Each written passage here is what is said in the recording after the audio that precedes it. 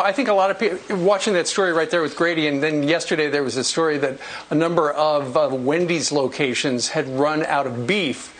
But the reason that is because unlike other chains, Wendy's says we only have fresh meat. They are not using frozen. So ultimately, that's why some stores, I think I read 1 in 5, didn't have any meat. But, ultimately, there are plenty of cows and pigs in the country, but it's all about the processing, turning it into cuts of meat. And if this supply chain thing is going to work, Senator, we just have to make sure that it works efficiently and they figure a way to get the meat to us.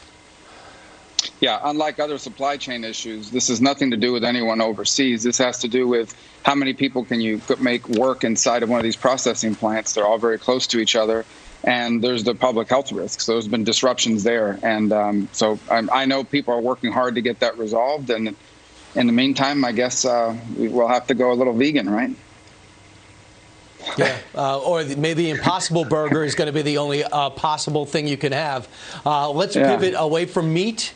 And let's talk about what's going to be coming out of Congress. Are we looking at another rescue package? The Democrats have drawn one up. It's at least $1 trillion. Here's what the president just tweeted. Well-run states should not be bailed out poorly run states using coronavirus as an excuse. The elimination of sanctuary cities, payroll taxes, and perhaps capital gains taxes must be put on the table. Also, lawsuit indemnification, business deductions for restaurants.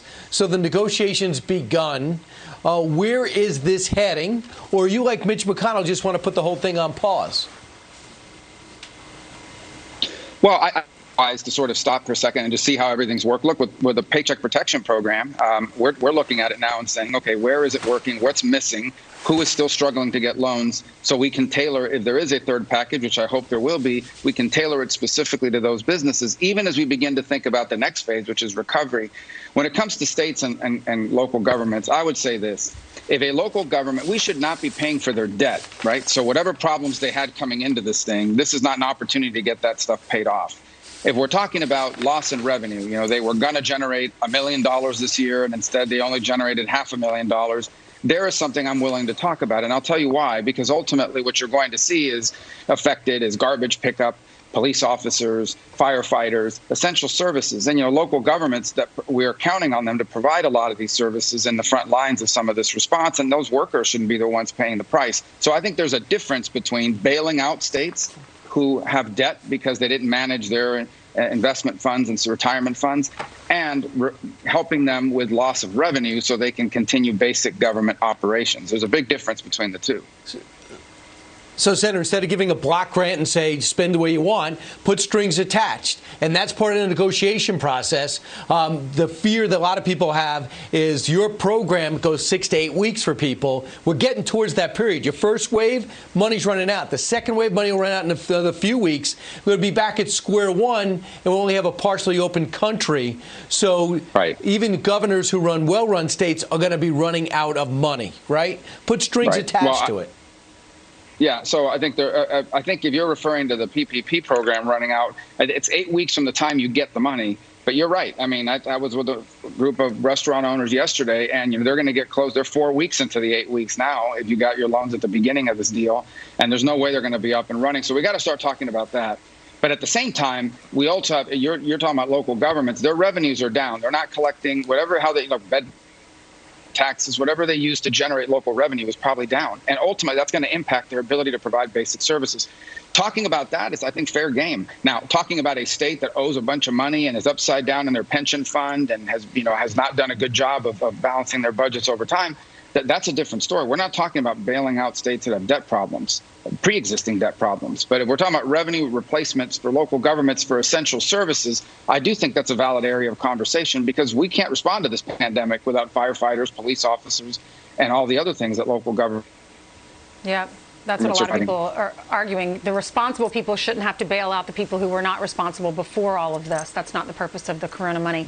Okay, let's talk about John Ratcliffe. I know you're backing him for DNI, for Director of National Intelligence. Chuck Schumer is not, surprisingly. Watch this.